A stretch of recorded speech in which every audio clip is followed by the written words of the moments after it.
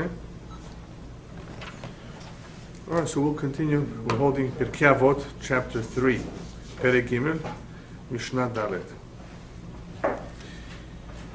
The last few Mishnayot, in the following, there's great emphasis on the learning of Torah, on making good use of one's time.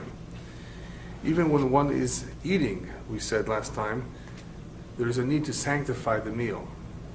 Even if one were to just say a mizmor, a small chapter of Tehillim, Mizmor David, or one were to say Dvar Torah on the Shabbat table, for example, it gives an entirely different status to the whole event. It's a meal, so what? What happens in the meal? People eat.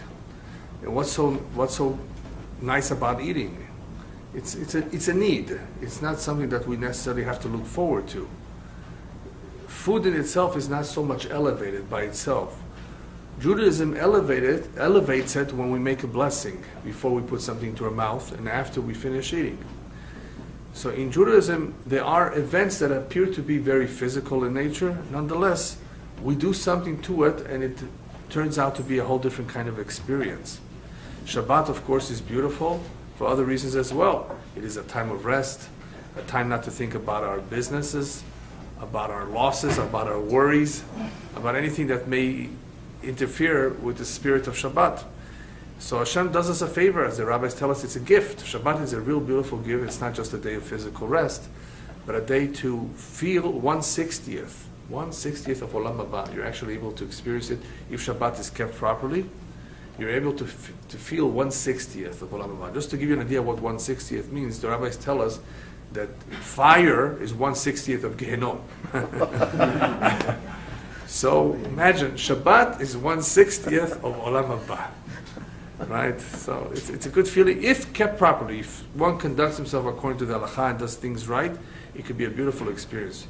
In order to help us enjoy the Shabbat, by the way, there's something called an neshama yetera, an additional soul, which is something that we don't really understand, because what do we feel when Shabbat comes? Do we really feel an additional soul coming in? It's difficult to explain. Just think about it as though there's something that enters us and leaves us on Motzei Shabbat, but while it's there, it somehow enables us. It enables us to be able to focus differently. Perhaps we can say it's like eyeglasses. Imagine somebody who is over a certain age when you begin to need reading glasses. They say everybody somehow at some point will need them. And that's to be able to see the small print. Well, it makes a difference. Once he puts on those glasses, he's able to focus better and see the small print. Or even somebody who's nearsighted, once he puts on his glasses, he's able to focus and see clearly, hopefully. And without that, he doesn't see as much or as good. So with this neshama yetera, apparently, Shabbat feels great. Shabbat feels different. It's not an ordinary day. So Shabbat is a day to take advantage of in the proper way. People don't really know what they're losing if they don't really keep Shabbat because they've never tried it. They think it's a day of rest and they go to the beach and they do it. Oh! So we're going to talk a little bit more about this Shabbat towards the very end of tonight's lecture. But right now, I just wanted to bring this out because there's more than the ordinary emphasis on Torah and on sanctifying or making good use of our time. So when we use the word sanctify, we're basically saying we're elevating our time for its ultimate purpose. We're making good use of it. We're maximizing that time because we realize that time is precious. So sanctifying, elevating it means that we're trying to use it right. So because of this emphasis on Torah, whether it's the meal, whether it's not joining in a conversation with scoffers, letzanim, there's different ways on how one can manage his time properly and be still connected to Torah. So we're holding here in Mishnah Dalet where Rabbi Hananya ben Chachinai Omer, it would be a shame for somebody to be haneor balayla, for somebody to be awake at night. When we say awake at night, we don't mean now, 8, 9 o'clock. We actually mean somebody who happens to be awake at 1 or 2 in the morning, which is still layla. So what's wrong with haneor balayla? Well, let's see what else he says. Haneor balayla, one who's awake late at night, or he walks by himself in the road. Perhaps a good translation would be the colloquial term, the one who kills time. Mefaneli bo levatala means that he just basically lays back and does nothing. Sits back and just basically not relaxes. Relaxing is doing something good. You need relaxation. Mefaneli bo levatala means he just looking around to waste time and to find something to just make the time go by quickly. All of these three have something in common. They're dangerous. Why are they dangerous? He exposes himself to the danger of losing his life or leaving life prematurely. That's what the words more or less mitchayev b'nafsho means. He's taking a chance. Mitchayev means he's guilty. And when a person is guilty, it exposes him to midat hadin. Anytime a person is guilty of doing something, it could wait till Rosh Hashanah, of course. It could. But so what? It doesn't necessarily mean something's going to happen to him right away on the spot, but it basically exposes him to midat hadin, and therefore he's in danger. Of what? Of being fired. Just like people are fired from their job, some people, Hashem says, I'll fire you from this world. In other words, you're not making good use of this time that I gave you. You're not doing what you're supposed to be doing. Everyone has a unique mission, and you're doing nothing. And there's something that you can do. So therefore, it exposes the individual to danger of losing that precious gift called life. The reason why he begins with a ne'or balayla, with being up at night, because the rabbis tell us, lo ivri leila ela legirsa or leshinta. The Aramaic words are as follows. The night, Hashem created night. Now what is night? Night is the absence of light, is darkness. But really it's more than that.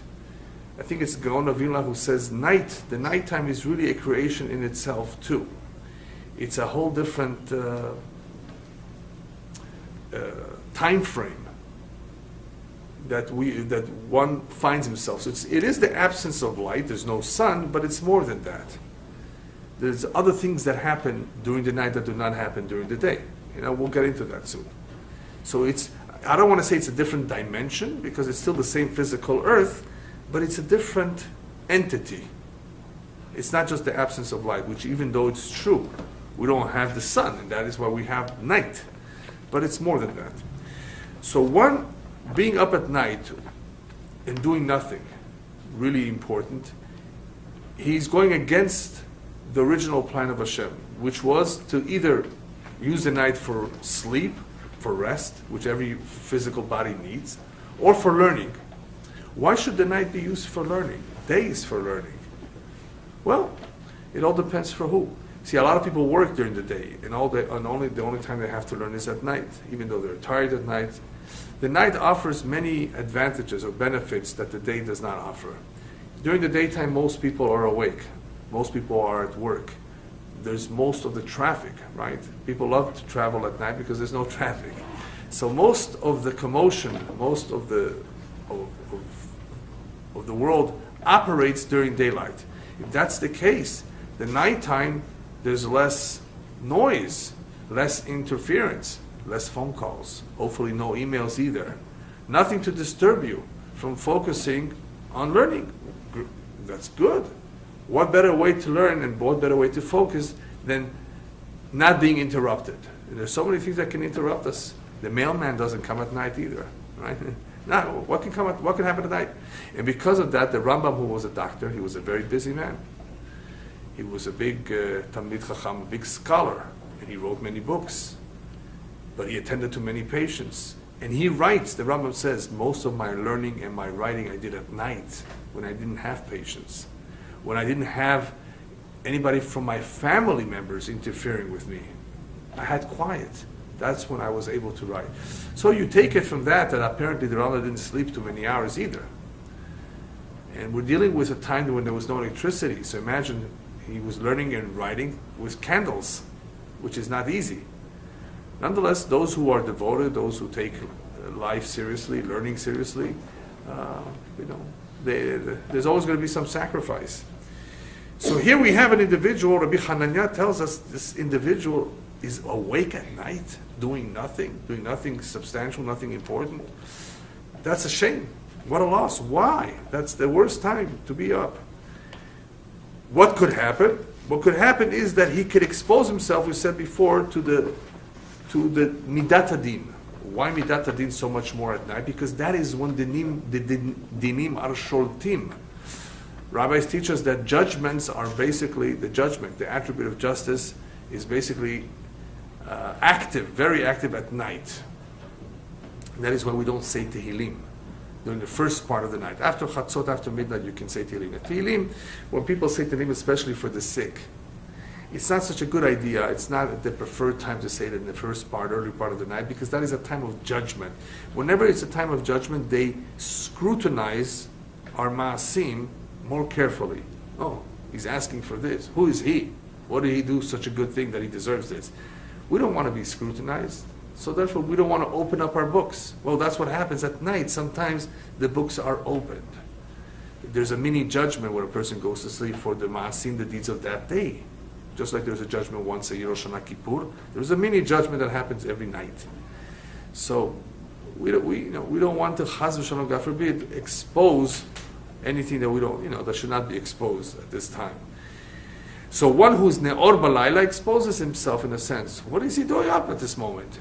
They're very upset at him, unless he's learning, unless, of course, he's doing some other mitzvah too, right? Or if he's asleep, they won't bother him. That's what the night is for. Either go to sleep or learn. But somebody who's playing, poker? What is the favorite of some people these days? Sheshbesh. No, at night. Sheshbesh is when you're having a cup of coffee and tea. Not at night. Yeah. But anyway, at night, late at night. Yeah, but you never know. People always find something to do. That's not a good time. So when he puts this, he lumps Ne'or Balayla together with the other ones that a person is endangering his life. It just tells you how sensitive this is. To be up at that moment, basically, he exposes himself to Midat Hadin, who will accuse him of misusing his time in a blatant manner, in a very, very bad way. The other one was Hame'alech Baderech Yechidi, one who walks by himself at night. What's wrong with walking? Taking a stroll, taking a walk by yourself. Well, you may get held up. You may not see where you're going, and you may trip. So many things can happen at night because it's dark. Even though it's lit, still, there's danger. There's more danger at night than during the day. It's a fact. The troublemakers are more out at night. And who are those troublemakers, by the way? Not just thieves and not just people who may harm you, but mazikim leminehem, all kinds of mazikim, all kinds of demons. The demons exist. There are actually more demons than there are human beings. And there's different kinds of demons. There are demons that you can find on Melrose. Yeah. All kinds, yeah. Walking on 2, walking on 4, all kinds. I don't want to get into too much into demons. It's a whole big topic. It's a fascinating topic. But if you really want to see one, you would have to go to a rural place, not an urban place. Usually you don't find them, at least you can't see them, often in an urban setting where there's a lot of people living there. They usually tend to be in rural places where there's not a lot of people. That's their place. That's where they live. If you go to the North Pole, you'll find them, but you better take a lot of sweaters with you. I mean, if you're going to go these places, it's cold. They are there. Wherever there are not too many people, they are to be found there, especially at night. They usually don't stick out during the day. You can see them when you go there? Yes, you may be able to see them if you're by yourself. If 2 or 3 people, usually they don't appear to a group of people. To one, they can actually appear. You can actually see something. And a lot of the UFOs that people claim to have seen are demons. In other words, those that are not lying. I'm talking about those who are not fantasizing, those who did not see a weather balloon, those that actually saw something that appears to them like an alien being. They don't know what Shadim is, so they call it an alien from Mars, right? There's no aliens in Mars that we know of, right? There are aliens living in this world, in our own world, on a different dimension. They're called Shadim. And they have a mission too. They have a job too. They're called, many of them are called mazikim. Mazikim means that they carry out Hashem's judgment against people. They can hurt. They can hurt badly. And there are many, many stories. All you need to do is speak to somebody from the mountains of Morocco or some places in Iran too, where people remember seeing them, hearing about them. Iraq, yeah, people actually used to see them very often. Under different kinds of circumstances, some people actually interacted with them. Not a good idea because they're very temperamental. They can throw furniture all over the place and break your house up. You know, they get angry. They're very temperamental. So anyway, so a mehalech baderech yechidi, it's not only thieves, it's not only gangs that may catch you, especially if you're in the wrong place where they are, but it's also mazikim, demons that are around. Why take a chance? Don't go by yourself. Hamefaneli bo levatala was the third one who basically does not do anything with his time. Hashem says, listen, there's no purpose for you to live. Mefaneli bo levatala, you don't make good use of the time. The time was given to you, whether it's 70, 75, and even if it's 40 years. Some people live only 40, but they manage to do in 40 years what somebody else did not do in 95 years. Yeah, it's possible. It's not the amount of years, it's the quality of the life. How did one live during this 30 or 40 years of his life? That's all his life was. That's all. That's okay, as long as he accomplished his mission. So, person who's mefaneli bo levatala, he says basically, I don't appreciate this, I don't care about this, I don't value this. Hashem says, fine, you may leave. So all of these three, he's taking a chance. And this is very similar to anybody who takes a chance or a risk in anything else that's risky too. Bungee jumping, I think it's called. Bungee jumping? How do you know? You tried it? No. These are risks. And what do you think happened about a year or two ago? It snapped for someone. I think they were lucky. I think they fell in the water. That is why they were lucky. Yeah, it snapped. What about parachuting? It's a risk. But I have a spare. Well, what happens if the spare goes wrong? Oh, that statistically is almost impossible. It happens. You know why it happens? Because hasatan mekatreg b'sha'at sakana. Whenever a person puts himself into sakana, he goes into a minefield. He's a soldier. He needs miracles from lemala to protect him. And if a person doesn't have schuyot, why should they make a miracle for him? A miracle is a miracle. You know, you don't make miracles for everyone. But soldiers don't have a choice. They go because they're told to go. They're drafted. So milchama, war, is dangerous. People don't make it back always. Hashem yishmor. And we have to pray that every one of our soldiers should come home safely. Amen. Sure, it's important that Hashem should protect them and should make them triumphant and victorious in all their undertakings. Nevertheless, one has to realize that it's not so simple. It's risky. And any time a person puts himself into a risk, he's taking a chance. And I have some news to tell you in case you didn't know. Driving a car is more risky than flying in a plane. I'm not talking about a one-engine plane. I'm talking, the Pipers. I'm talking about the jets. Just look at statistics. It's very simple. How many car accidents? When do you hear of a plane accident? So yes, that's how it is. Risk. Risk is a factor. And that's why car insurance is expensive, especially if you're under a certain age and not married. They know who they're dealing with. It's all a matter of risk on how much the premium is going to be. If you're a certain age, it's more of a risk to them. Same thing with life insurance. When you apply the first time, if you're applying after when you're 79 years old, they may not even give it to you. So here, Rabbi Hananya is reminding us that if you're going to be doing any one of these three, it's a risk. Why take this risk? Next Mishnah. Rabbi Nechunya ben Hakana אומר כל המקבל עליו עול תורה מערבים ממנו עול מלכות ועול דרך ארץ This is a famous Mishnah, a very interesting Mishnah, a fascinating idea.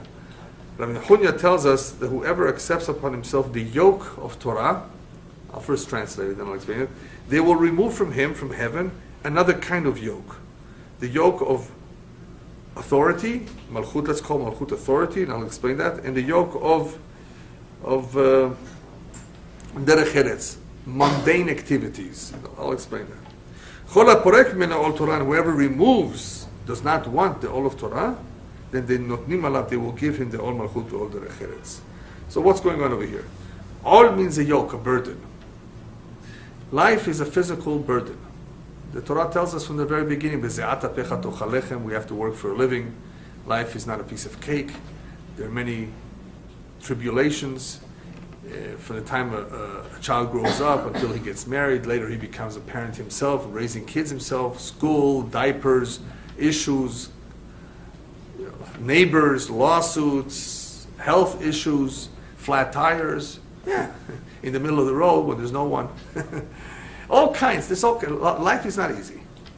And for everyone there is some sort of, as they say in Yiddish, a pekale to carry. Everybody has a havila, a package to carry. Some difficulties in life. So Rabbi Nehunya tells us, listen, I have a very beautiful segula for you. It is. That's what in fact this Mishnah is. This Mishnah is a segula. A segula is let's call it a Kabbalistic or a supernatural ability or cure, if sometimes segulot are cures, remedies, that can help in various ways. There's all kinds of segulot. There's books on segulot. You want a segulah to be able to win your case in court. It may help, it may, depending of course on what the case is all about. You want a segulah for curing some problem, some malady. You want a segulah to get married quickly because there's something interfering, some ayn hara, evil eye. So segulot have the power to move away certain obstacles. It is a very concentrated prayer. Look at it as a concentrated prayer and a very, very powerful prayer. Or if there's other segulot, it's not a prayer, but it's a method that is metaphysical in nature that actually can sometimes, not all the times, accomplish what we cannot accomplish on our own, the natural way. So sometimes segulot are good. Even adding a name to somebody who's sick is a form of segulah because we're strengthening his mazal by changing his name. Okay. So anyway, here Rabbi Nehunya ben Akana tells us something beautiful. I have a segulah for you, that if you accept upon yourself the yoke of Torah, then from Shamayim they will remove from you another yoke, a difficult and heavy yoke called Ol Malchut and Ol Derech Eretz. Ol Malchut is authority. What is authority? Why is authority a yoke or a burden? Because that's the ones who tax. They tax us. They are the ones who audit us. They are the ones who draft us to the army. Malchut. Malchut is the government. Malchut is the authority. They have certain powers over the average citizen. So it's an ol that you have to contend with and deal with. What can you do? As they say in this country, there are only two things that are for sure: death and taxes. Right? Nothing else is for sure. These two are for sure. So you don't want to have this all. Who wants to have this all? Audits, taxes, problems with authority, right? And what's Ol Derech Eretz? Ol Derech Eretz could be anything that has to do with mundane things. A leak in the roof. Transmission is broken in the car, right? Burst pipe, a lawsuit. All kinds of things that we have to live with that rob us from our time and money and peace of mind more than anything else. Everybody wants to have peace of mind. Ol Derech Eretz does not give us too much peace of mind. It saps your strength when you have to deal with one day after another with some more phone calls, some other trouble, some other issue. This time it's an aunt, this time it's a brother, this time it's a child, this time it's a parent, this time it's a neighbor, and all kinds of things, and phone calls and people trying to sell you garbage on the phone. You know, they bother you too. Yeah. These things take up time. What about the mail? Garbage in the mail too. It takes your time. You have to throw it in the garbage. All of this people don't realize. It saps our strength. Even though it takes a second, doing garbage. The best thing is when you go on vacation. which is what I'm doing next week, by the way. Next week, no shiur. And what's the purpose of this vacations? It has many ideas. A vacation is to get away from the routine. It's healthy. It's a healthy thing to do. It's not a luxury. It's healthy. It's necessary. Because during that vacation, hopefully, you won't have all this all of derech eretz, of being all kinds of things that people have. Greatest rabbis used to go to the woods, away just a little bit, just to get away just a little bit, and to regain their strength, to regain their focus, and to calm down, and have some peace of mind. So, Rabbi Nahunya tells us, listen, you can't have it easy everywhere. You have to have some order. That's what life is all about. Our life is about having some order, some commitment. All is not therefore not only a yoke or burden, but it's a commitment to something. Choose. So he tells us, listen, if you choose to accept the yoke of Torah and mitzvot, which is, by the way, what a convert does. When a convert, a sincere convert, wants to become Jewish because she wants to be Jewish, not because she wants to marry a Jew, but she wants to, or he wants to convert because he wants to be Jewish, 3 things are involved if it's a man, 2 things are involved if it's a woman. If it's a man, he needs Kabbalat all Torah mitzvot, acceptance of the yoke of Torah mitzvot. He needs a Brit Milah and he needs a Tevilah, immersion in the water. A woman does not have Brit Milah, she has Kabbalat all Torah mitzvot, and she has the mikveh. The most important one of all, by the way, is Kabbalat all Torah mitzvot, because if you don't do that, you never intended to do that, then the Gerut, the conversion, is not valid. Null and void. If it was always meant like that from the beginning. If it was meant sincere and genuine, and later on, a couple years later, the convert says, no, this is not for me, they're Jewish. They remain Jewish. And they're guilty as Jews for transgressions. But if from the very, very beginning it was all a farce, everybody understand what a farce means? It was not true, not genuine, not sincere, it was fake, it doesn't count. Even if it was an Orthodox Bet Din. Even if the biggest rabbis of the generation converted, but it was never intended. He says, no, I don't want this. I don't mean this. No, then you're not Jewish. So today there's a little bit of a gray area. What does that mean? They intend, they don't intend. So that there's a lot of politics going on in Israel today with certain conversions of certain segments in society coming from all kinds of countries they want to be Israeli citizens. Do they really want to be part of the Jewish nation or not? Well, the one thing is clear. If they don't want the Torah mitzvot at all, right, then there's nothing to talk about. So all Torah, which is all Torah mitzvot, is a yoke. It's a commitment. And if one says, this is what I want more than anything else, this is what's important to me, Hashem will do us a favor, and they will remove from us any other yoke or any other burdens in life. Hashem says, I don't want him to have everything. All the yokes and burdens, it's not fair. He's so devoted. He prays every day, he goes to classes, he tries to do his best with mitzvot, he buys kosher, he goes out of his way to look for the best hashgacha. He really tries to be methodical and meticulous about everything. Hashem says he's working so hard to observe the Torah, to keep everything right. I'm not going to overburden him with other stuff. He already has a burden. What is this like? This is similar perhaps to women in Judaism. Women have a special status in Judaism. Because they're so special, right? They're going to be the mothers, they're going to be the wives, they're going to take care of the home. That's tremendous roles that they play. They're very special. They can handle all that. The men can't handle that. Imagine the man had to give birth. He had to have a baby. He couldn't take it, they say. A woman can take that pain better than a man. Anyway, so the women are special in their way. So because of their status, that they are involved in so many aspects of our life, the Torah exempts them from mitzvot aseh shazman grama, from certain mitzvot that are dependent on time. Tefillin depends on a certain time. It has to be done in the day, it cannot be done at night. Anything that is specific to a time, the majority of the mitzvot, I said the majority because there are a few exceptions to this rule of mitzvot aseh shazman grama, but the majority of mitzvot aseh shazman grama that are dependent on a certain time, women are exempt. They're not exempt from the negative commandments, lo ta'aseh, they cannot eat non-kosher food, they cannot, right? These has nothing to do with time. They're always applicable. But certainly mitzvot aseh, positive commandments that depend on a certain time, they're exempt. Why? Because they have to be available to their husband, they have to be available to the home, to their kids, because of their need, their special need, and their special role involving other areas of our life. The Torah exempts them from all these mitzvot. So here too, Rabbi Nechunya says you want to be exempt from all kinds of mundane activities that will sap your strength, take your time, and overburden you. Here's a segula. Accept upon yourself all Torah, and I assure you, Hashem will take away from you other things that will bother ordinary people. But if you don't want all the Torah, then they're not going to give you a hanacha, as we call it in Hebrew. They will not give you any sort of discount from all Torah, from all derech eretz. You're going to have it all the way. That's how it is. The big difference, of course, is that all Torah is a spiritual kind of all, whereas all derech eretz is very physical and very strenuous. It's much different. So, which one do you want? You can't be exempt from both.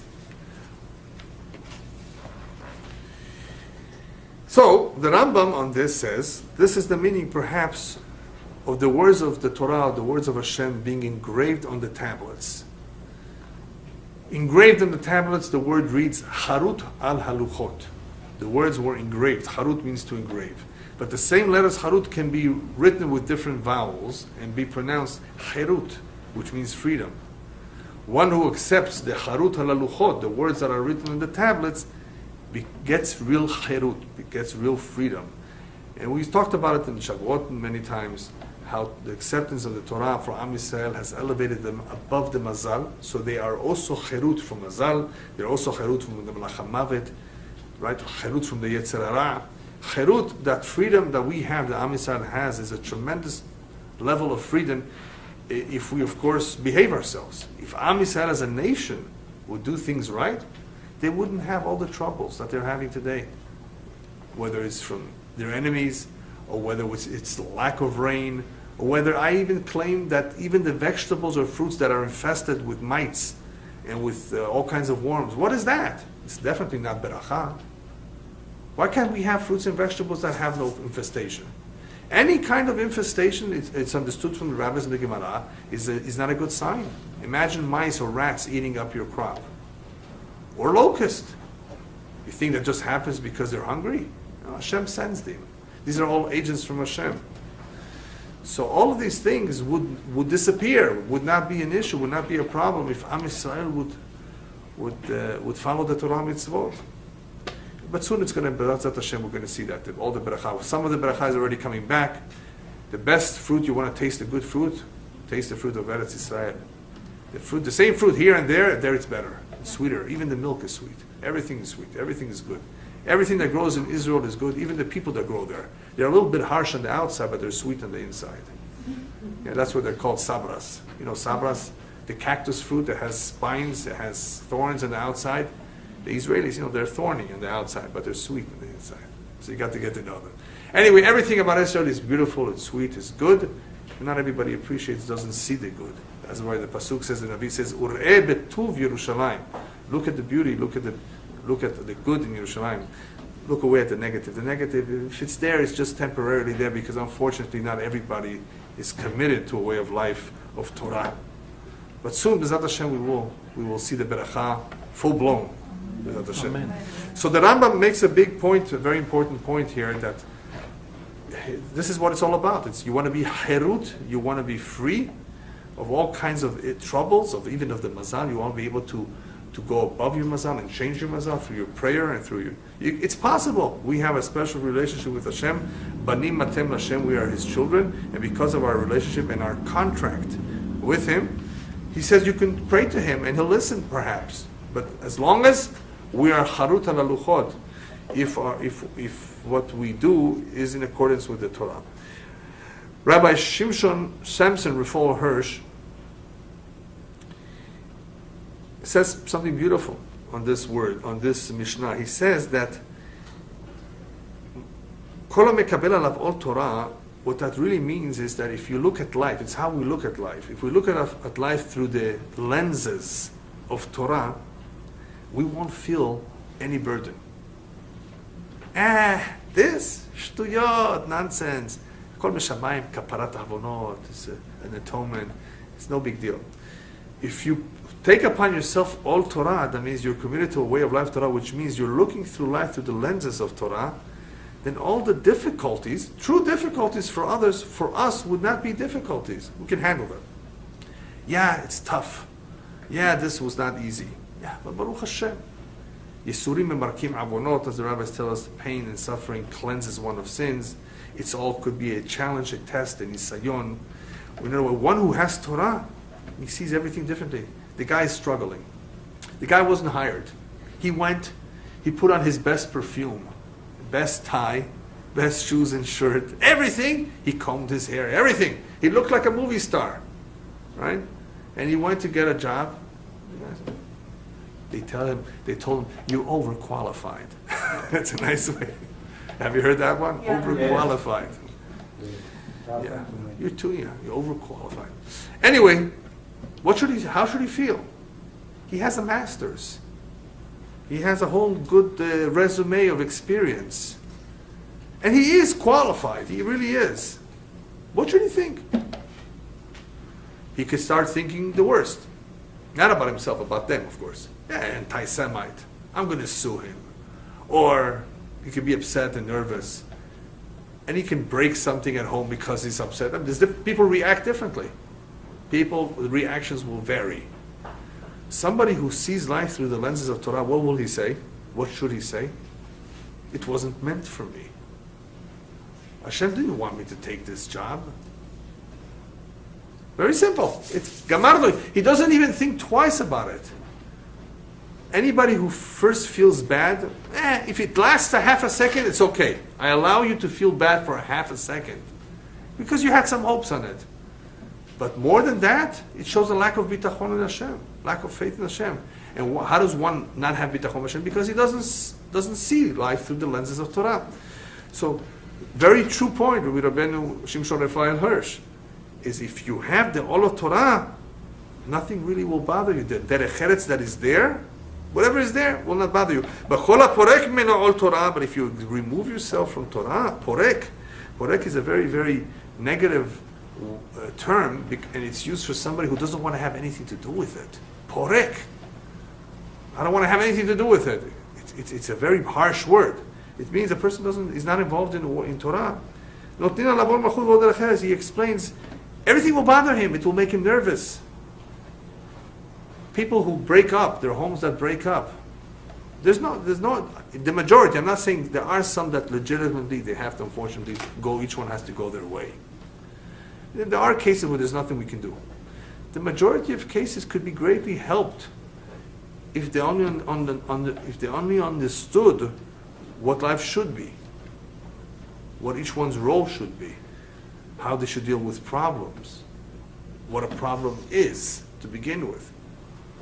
What is life, right? So if people were able to focus better on the issues that they confront, they would handle them differently. But they're not focused. Why are they focused? Because there's no all Torah. In other words, they don't see things through the lenses of Torah.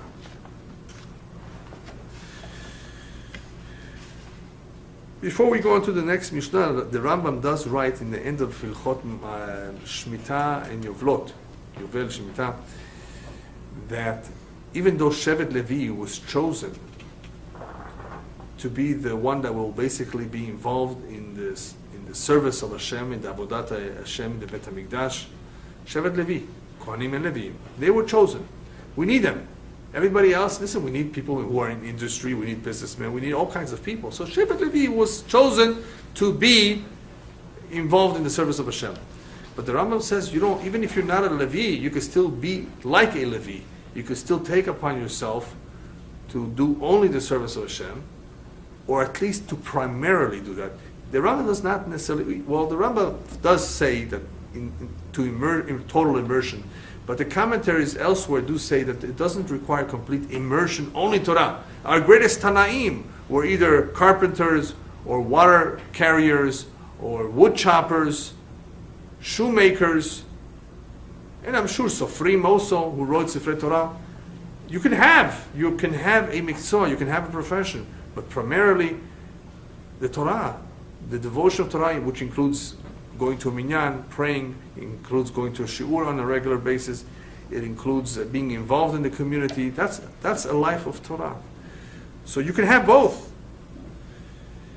So the Rambam therefore says, if you want to be that type of a person and choose to be like Shevet Levi, then they will remove, Mishamayim, they will remove from you many, many things that occupy our time unnecessarily with trivialities.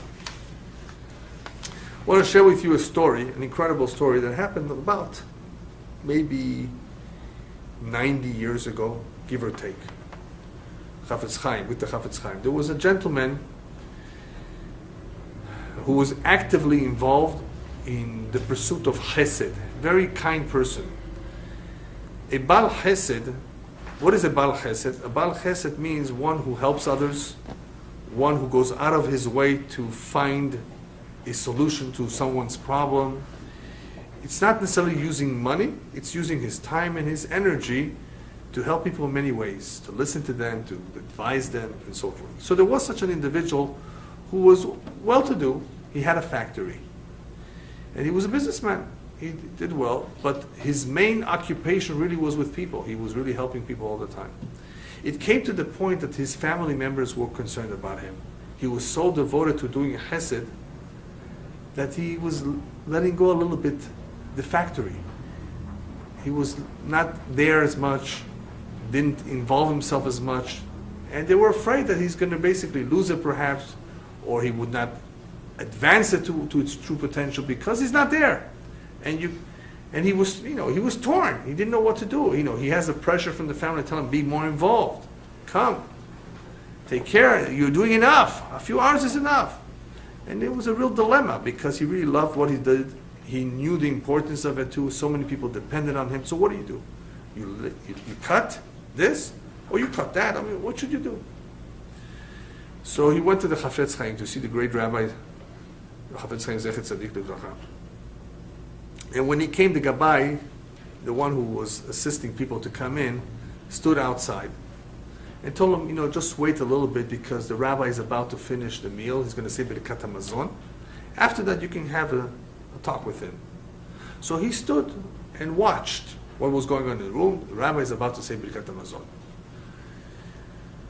So before Birkat HaMazon, the rabbi began to say the Mizmor, that one says before the Birkat HaMazon, and in the middle of the Mizmor appears the pasuk, Ach tov v'chesed yirdefuni, kol yemei chayai. David HaMelech says in Tehillim that I should only be pursued by acts of kindness and acts of good deeds. So the Chafetz Chaim starts reading, and he stops by this pasuk, and he asks those who were at his table, since when does David HaMelech use a term of yirdefuni, which means to pursue? You pursue your enemy pursues you, with chesed. Chesed should pursue. You should do chesed. You should be involved in acts of kindness. Acts of kindness should come to you. You should be able to provide for others. But why does David HaMelech here use the word yirdefuni? By the way, is anybody cold here? We can look. No. Okay, it's a little bit low. The air conditioner. Okay. Why do you understand the question? The Chafetz Chaim asked a good question. How does the verb rodef, to run after, to chase, to pursue, what is it doing with chesed? It doesn't belong there with chesed. Chesed should chase me. So the Chafetz Chaim says like this: people are pursued by all kinds of things in life, all kinds of issues and problems and troubles that come our way. What can we do? We have to deal with them. All kinds of things. So David HaMelech says, you know what? If something has to pursue me, I would rather it be that I'm busy being pursued by having to help people. You see what he says? David HaMelech says, if any troubles should bother me, if anything should pursue me and occupy my time, it should not be doctor visits and definitely not lawyer visits, right? Because they charge you, by the minute you step in. Yeah? Nothing of that nature should bother me. Chaz v'shalom, wars, battles, enemies, and he had enemies from within, from without. If anything has to pursue me and occupy my time, let it be chesed, Tov v'chesed, that should be my problem. That should be what occupies me, not everything else.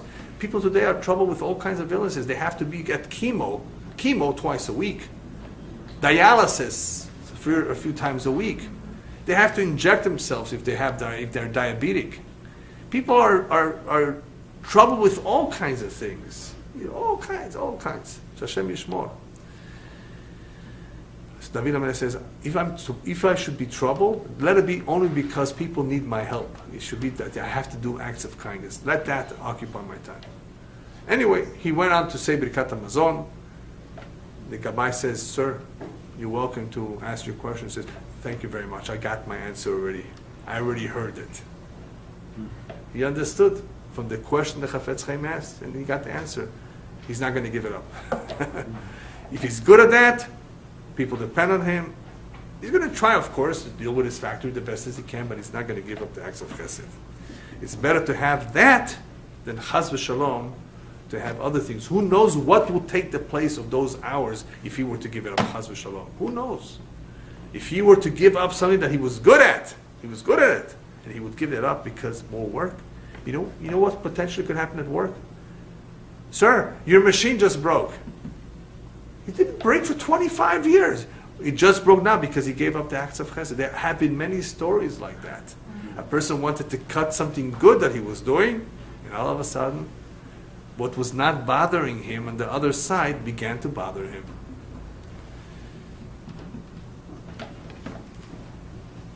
All right. Another thing that perhaps we should mention it is Ashkenazi Jews would understand, the people who know Yiddish would understand me a little bit better. In Eastern Europe, some elements of society in the Ashkenaz world, from time to time, when life was just a little bit hard on them, they would express themselves as follows: "Es ist schwer zu sein ein Yid." What that means in Yiddish is, it's tough to be Jewish. Now, what did they mean, and what was wrong with that? What they really meant was it's not easy to be Jewish, because living in certain countries like Eastern Europe, in that area of the world, it meant persecution. It meant not always having equal rights. It meant sometimes just poverty because you couldn't do whatever you wanted to do. Then, of course, you had your routine of mitzvot and chagim and holidays. So to some people, to some Jews who did not appreciate the Torah properly, because they're not looking at it through the lenses of Torah, they looked at it as a hardship. What did we just say before? If you don't have the Torah, you will look at it, every little detail as a hardship. It's very not nice to express yourself this way. Even if it may be partially true, that it definitely is a tremendous responsibility and commitment to be Jewish. That's true. And potential converts need to know that. It's not easy. Why should somebody want to be a convert? It's not easy. So they're not completely wrong, but they are wrong. They are wrong because anytime somebody says that, not only does it show a negative attitude, which is bad in itself, he convinces himself of what he believes in.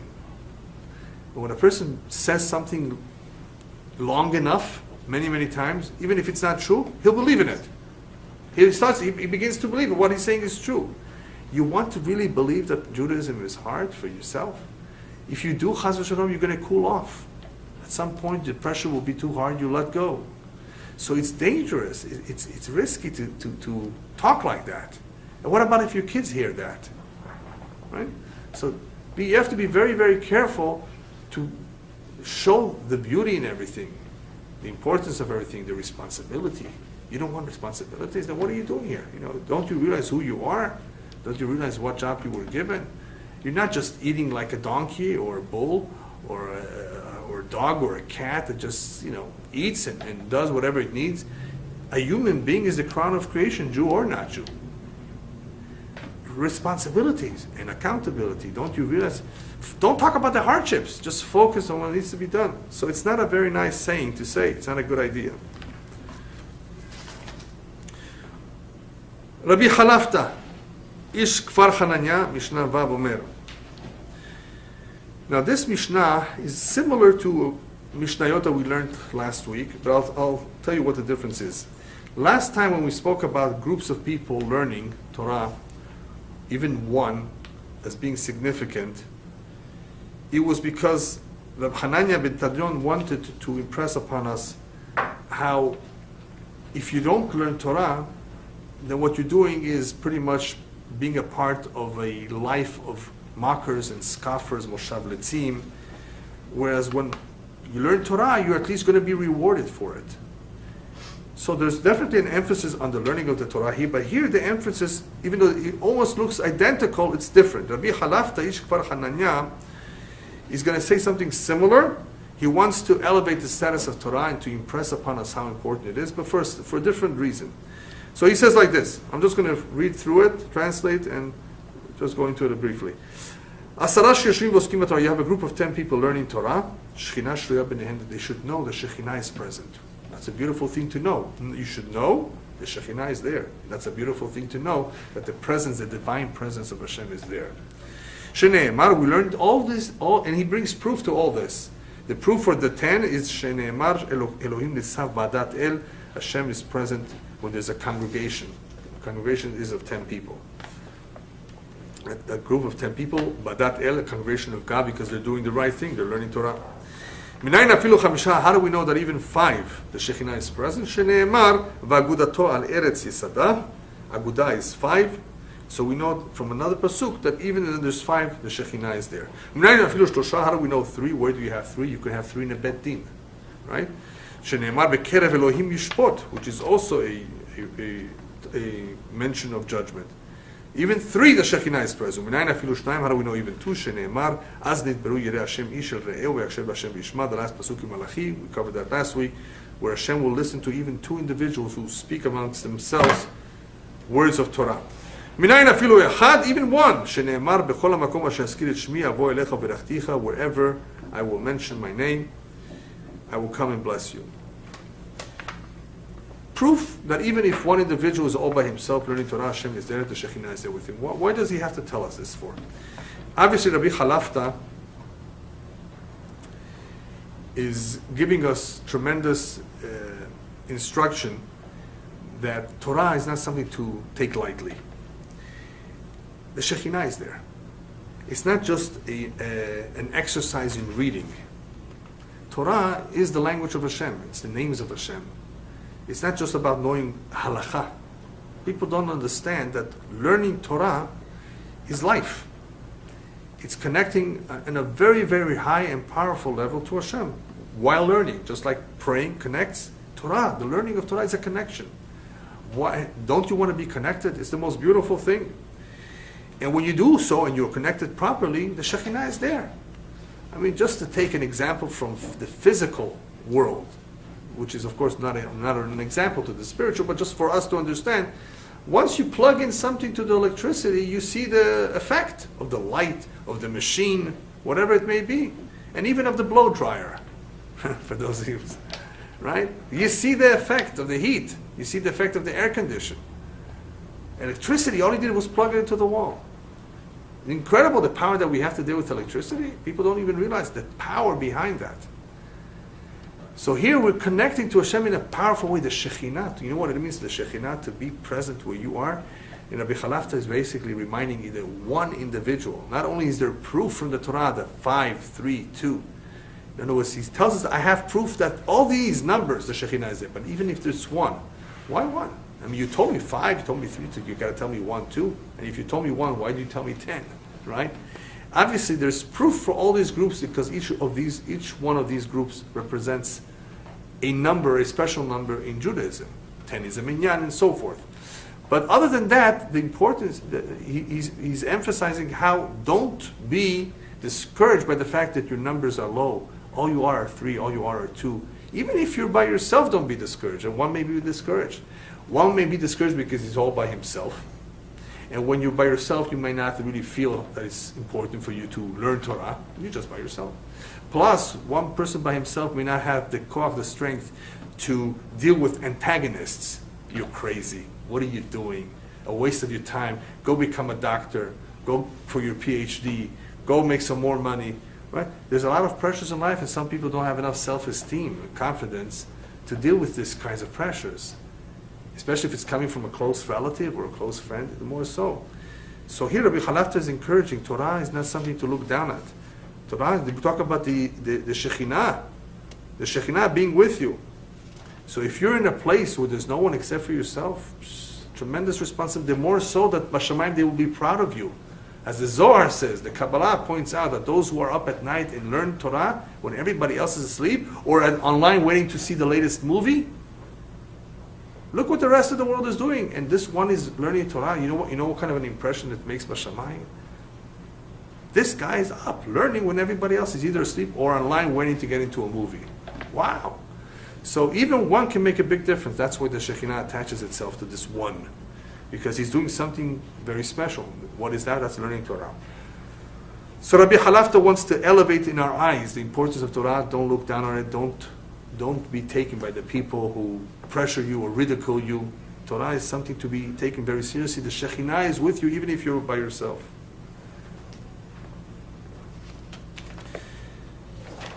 Last Mishnah, very, very interesting Mishnah.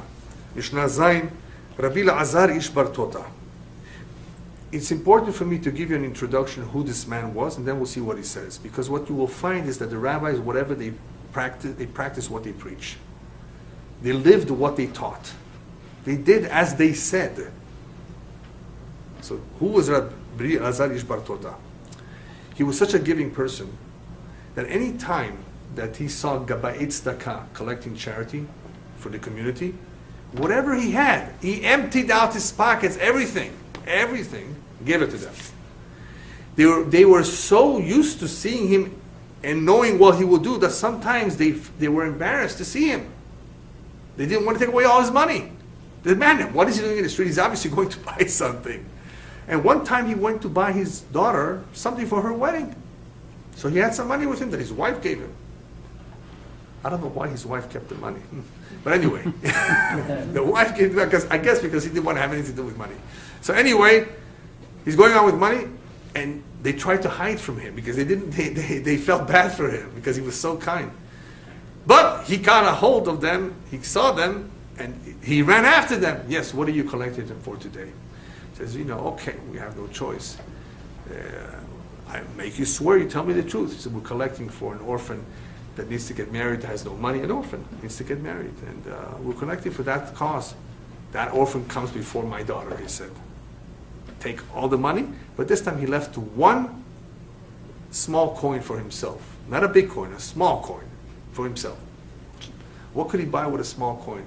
Imagine this to be a quarter. Okay? He went and bought a little bit of wheat. Just a little bit of wheat. Okay? Whatever. And he went home, and he was ashamed, I guess, to show his face, so he ran out quickly. But this little wheat he put in his storage where always he would keep wheat. It happened to be that it was empty then, and he put this little bit of wheat that he bought, this bag, little bag, he put in the storage. Okay, then he disappeared. The mother asked the daughter, what did daddy buy you today? I gave him money. Says, I don't really know. It was something that he put away in that storage room of wheat. Just whatever he bought, he put there. So she went over there to the storage room, and she couldn't open the door. All of a sudden, what had happened from that little wheat, Hashem put a blessing, and the entire storage room became full of wheat till the top, so much that it was blocking the door and coming out of the holes. So she realized what happened, and she called her daughter, or her daughter was it that went and opened the door and couldn't. She ran to tell her mother, and they were so excited. At least, Baruch Hashem, they have all this treasure. So she ran to the Bet Midrash where her father was to tell him about the blessing. As soon as he heard it's a blessing, it's a miracle, he says, a miracle? A blessing? A full storage of wheat? Not for you. For the poor of the town, he swore that this should all go to the poor. And if you want to take part of this as a poor girl, you can take your part of this too. But Chas v'Shalom, that this should be only for you. So this is the man we're talking about. Okay? So what does he say? Rabbi Elazar ish bar Tota omer ten lo mishelo shata v'shelcha shelo. Give Hashem Give to Hashem what is His. Ten lo mishalo, what is really is His. She'ata v'shelcha shelo, whatever you have, and you yourself are from Him. He gave you life. He gave you the money. It's not yours. You didn't make it. He gave it to you. Some people don't know that. Some people really think that they made their money. Their PhD made their money. Their hard work made their money. Right? They really think like that. People think like that. No. He says, give back to Hashem what He gave you, because you and what He gave you are His. Hashem, everything belongs to Hashem. So give a little bit back to Him.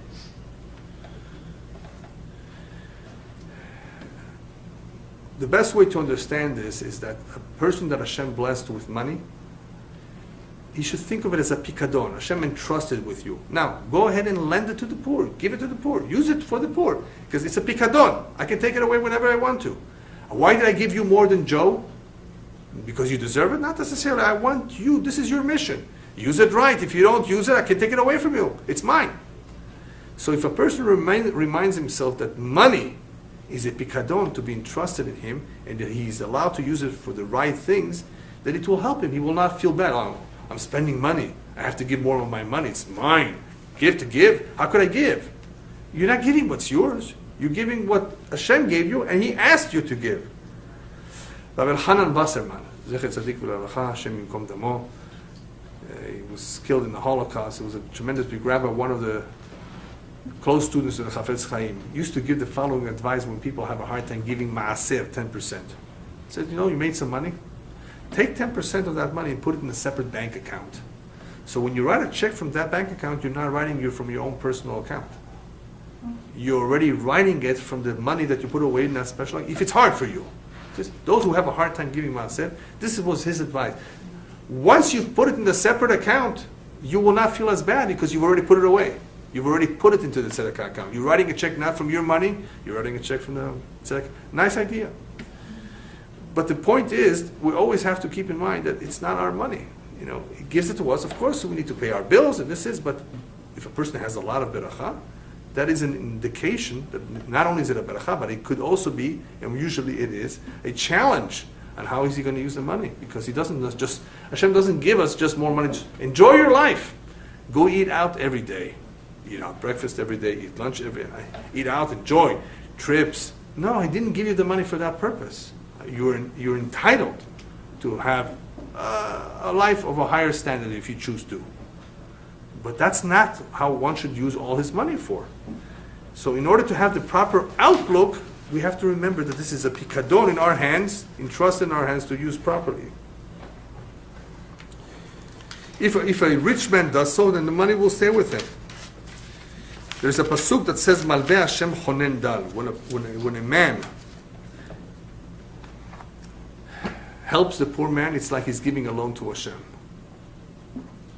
And Hashem, when you give him a loan, He pays you back, right?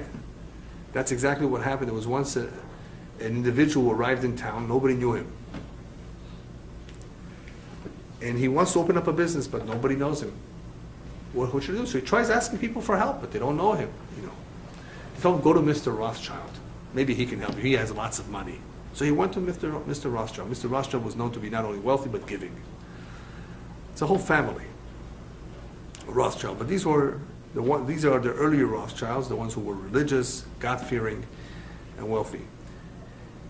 And Mr. Rothschild says, I'll be glad to help you with what you need to set up your business. I have one just request of you. Please bring me a co-signer, one that can guarantee the loan. I don't know who you are.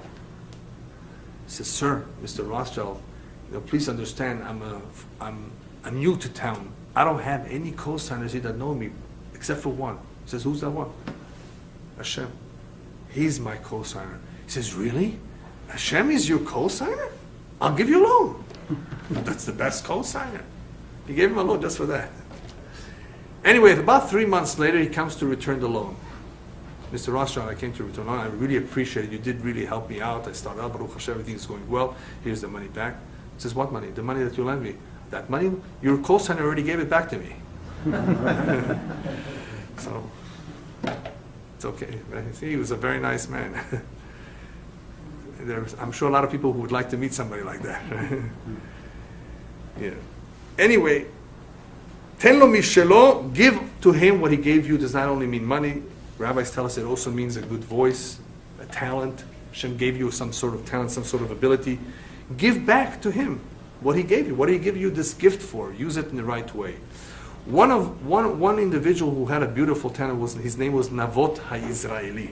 His name can be found in Tanakh. It's an unfortunate incident, part of our Tanakh, where he had a beautiful kerem, a vineyard, an orchard, and Achav Melech Yisrael wanted very much this orchard for himself. He had a palace and balcony overlooking that area. He says, beautiful, I'd love this to be mine. And he came to Avot. Avot, please give this to me. Sell it, not give it to me. No, sell it to me. I'll buy it. He says, why would you want to buy this? I love it. I just like it. But you have so much. You can buy it elsewhere. No, I want this one. But this one belongs to my family, to my grandparents, to my great-grandparents. I want this to go down to my children. I want this to stay enough. I don't want. Go buy something else. No, I want this. I love this. It's right in front of me. No way. No way. No way. Imagine this Avot telling the king, no way. Anyway. So he was depressed. He was sad. Avot was always refusing him. So one day his evil wife, Izebel, she was evil. She was not a good person, even though she had some merits. But overall, she was not a good person. She sees her husband is depressed and down. What's wrong with you? She says, Avot doesn't want to sell me his orchard. What's the problem? We'll take it from him. How? Leave it to me. We're going to hire 2 false witnesses that he committed an Avirah. We're going to put him to death. You get rid of him and you take it. You inherit it. And he did that. He listened to his wife. And he put Avot to death. And he took away his vineyard. That's the story with Eliyahu Navi that comes to him. Gam ratzachta v'gam yarashta. The famous expression, you murdered and you inherited too. Not enough that you murdered, you took away. What a ridiculous thing to do. But anyway, evil people exist. Evil people have always been around. Our question is, why did the Me'ashamayim, did they punish Avot? Why did Avot lose his life, lose his kerem? Why did he end up having such a fate? What did he do wrong to deserve that? So the rabbis explained that there is a promise in the Torah that when Am Yisrael would go up 3 times a year to Yerushalayim, Aliyah Regel, no enemy will covet their land. No enemy will therefore come and attack and invade the land. The best time to invade is when all the males, the adults are in Yerushalayim. Nobody's in Tveria, nobody's in Sfat. Perfect for the Lebanese, perfect for Hezbollah, Mahshemam, Chaz v'Shalom, right, to come in, or the Syrians, they have their own troubles now, but perfect timing, right? The Jordanians come, Egyptians come, everybody come around. They're all in Yerushalayim. They left their homes, they're abandoned, just the women and children. Hashem says, if you go Aliyah Regel, I promise you there will never be an invasion of your land during the holidays. It never happened in the history that any enemy invaded the land of Israel during Pesach, Shavuot, or Sukkot. Don't include Yom Kippur. Yom Kippur is a separate thing, the Yom Kippur War. I'm talking about Pesach, Shavuot, when there is Aliyah Regel in Yerushalayim only. Now, he used to go to Aliyah Regel, and every time he went, a lot of people went with him because he had such a beautiful voice, Chazan, that everybody went sometimes just because of him. To listen to him, they went. So imagine what zechut he had when he went. One year he was lazy. He didn't want to go. Because he didn't go, I'm sure other people didn't go either. They were very upset with him. They said, the beracha that the land of Eretz Yisrael has, that nobody will want her and invade her, will not apply to you, therefore. Somebody will want your personal land and covet your personal orchard because you didn't go to Aliyah Regel. So you see how he did not have that blessing and that protection. Somebody, in this case Ahav, coveted and wanted his land, his orchard, his vineyard, because he didn't go to Aliyah Regel. That's one of the explanations given for why he had this kind of a fate. So that is the meaning of the pasuk Habet Hashem mehonecha. Honor Hashem from your wealth. So rabbis tell us it's not only from your wealth, it's mimash Hashem chanan otcha. Whatever Hashem has given you, whatever gift or talent you may have, give to Hashem what He has given to you. Every individual has some ability, some capability, some talent, some gifts from Hashem. It doesn't have to be money. Give back to Hashem what He has given to you.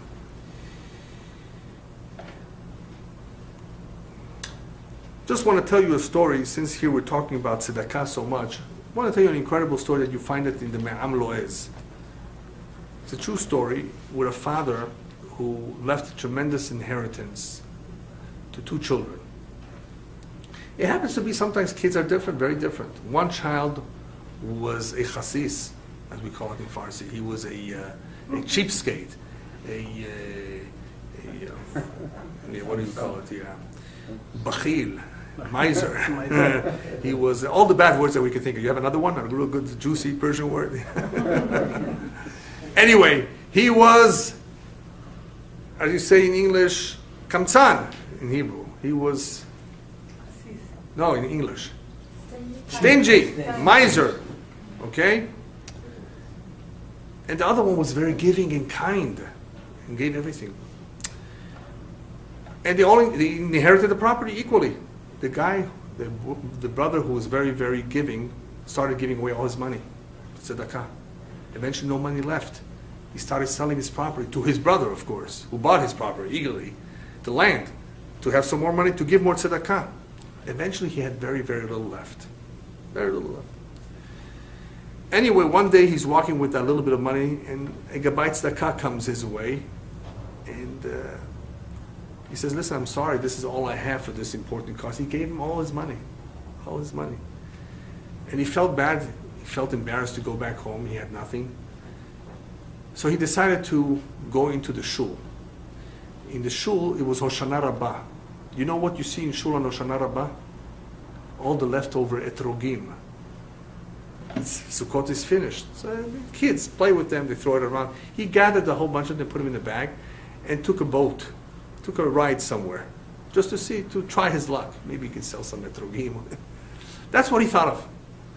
As soon as he arrived in this not too far away place, it turned out to be that the king was very, very sick. And the only thing that would help him is etrogim.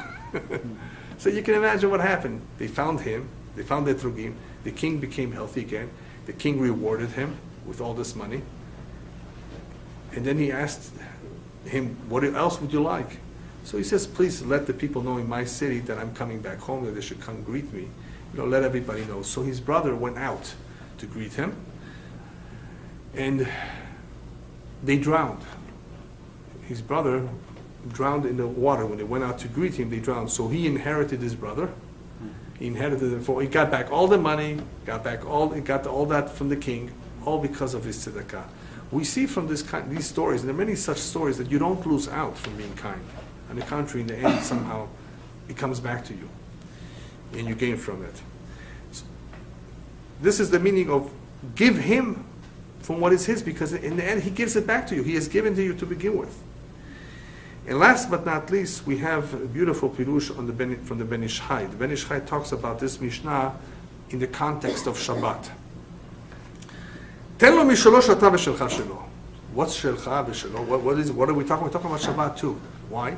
Shabbat is a Yom Menucha, a day of rest that Hashem gave to the Jewish people. But it's not just for rest, it's for learning Torah, it's for rededicating ourselves and connecting to Hashem in a spiritual way, something that we don't have enough time to do a whole week.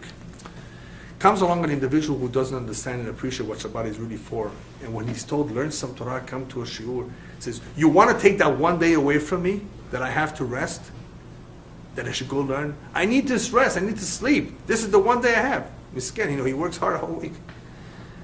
And why is he making a big mistake? Because who gave you this? Did you inherit this Shabbat from somebody? Did you pick this up in the street? Hashem gave you this Shabbat. Imagine Hashem giving you a whole orchard of fruit. Wouldn't you give him a few fruits back in return for his orchard that he gave you? Or are you going to be so cheap and not give him anything? He gave you the whole orchard. Give him some fruit as a gift, right? Imagine somebody bringing you a box full of Swiss chocolates, bonbonnières they're called. Aren't you going to serve and give him a little bit of what he brought you? Or keep it all for yourself? He brought it for you. He gave it to you. It's his. Share a little bit with him. He's the one that gave it to you. Hashem is the one that gave us the Shabbat. Don't you want to return him a little bit of that Shabbat and use it for things that he wants you to use it for? For prayer, for song, for learning? All you want to do is use it for yourself for sleeping? That's not nice. So that is the meaning over here. Ten lo mishelo shata v'shelcha shelo. Give back to Hashem, because in the end, people have to realize life is a great, beautiful gift. That life comes from Hashem to begin with. Hashem is the one that gave it to us. He wants us to use it for us to use it right. And one way of using it right is giving back part of it, at least part of our day, part of a couple hours, one day a week for Am Yisrael. Give back to him. And if it's money that you have, give back to him from the money. If it's a talent, give from that to him. Give to him, give for his cause. It's not only for ourselves. Don't look at it that way. It's a mistaken belief to think that it's only ours. It's only for us to keep, nothing for anybody else. That's the terrible midah, terrible characteristic. It's not good. And the only way that we can focus properly is by learning, by realizing, by being reminded it's all his. Therefore, since it's all his, appreciate it and give him back that which he has given to you. Thank you. Baruch.